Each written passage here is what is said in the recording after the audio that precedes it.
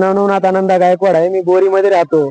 माझ्या पप्पाची डेट 6 तारखेला संध्याकाळी झाली, पण आम्ही दवाखान्यामध्ये घेऊन गेल्याच्या नंतर बोलत होते की पैसे द्या, मिटून घ्या. आतापर्यंत सुद्धा माणसं घरामध्ये पाठवतच आहेत की मिटून घ्या. आतापर्यंत आम्ही मिटून घेतलं नाही, घेणार नाही असं सांगितले त्यांना, तरी पण घराकडे पाठवत आहेत लोक आणि वारंवार येत आहेत. आम्हाला मिटून घ्यायचे नाही. FIR फाडून सुद्धा 8 दिवस झाले. त्यांचे आणखी काहीच इनपुट भेटला नाही की बाबा एक सुद्धा आरोपी अटक झाला नाही. एक तरी अटक झाला पाहिजे होता. आतापर्यंत 24 तासाच्या आत आरोपी अटक झाला पाहिजे, नियम आहे.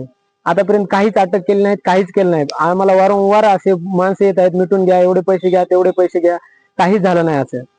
आणि पोलीस प्रशासनाला एवढीच विनंती आहे की त्यांनी गुन्हेगाराला अटक करून आम्हाला सहकार्य करावं. त्यांच्या 6 तारखेला लग्न होतं. लग्नाच्या दिवशी संध्याकाळी वरात होती. वरात भरपूर वेळ आमच्या घरापाशी चालली. बाबांनी एवढंच बोलले, माझा भाऊ मोठा संभाजी आनंदा गायकवाड हा तिथे त्यांना बोलत होता की थोडं वरात समोर घेऊन जा. तो नाही गेले. मग माझे वडील संभाजीला बोलवण्यासाठी गेले आणि त्यांना बोलले की बाबा थोडीशी वरात समोर घेऊन जा.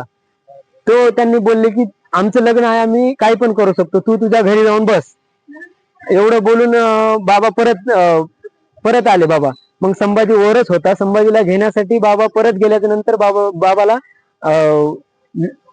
देवानंद आणि विष्णुकांनी पकडून चंद्रकांतनी डोसक्यामध्ये धोंडा घातला. बाबा जागीच पडल्याच्या नंतर रस्त्याच्या खाली ढकलून दिले. वरातीमध्ये कुठल्या पद्धतीचं वाद्य होतं? डीजे होता, डीजे मोठा डीजे होता. लाइटिंग वगैरे सगळे चालू होते. ज्या टायमाला मारले ना त्या टायमाला डीजे सगळं बंद झाले आणि पळून गेले ते लोक. माझी आई भरपूर गर्दा केली, परवा आनंदा गायकवाड यांनी भरपूर गर्दा केली. वहिनी सुद्धा होत्या त्या ठिकाणी.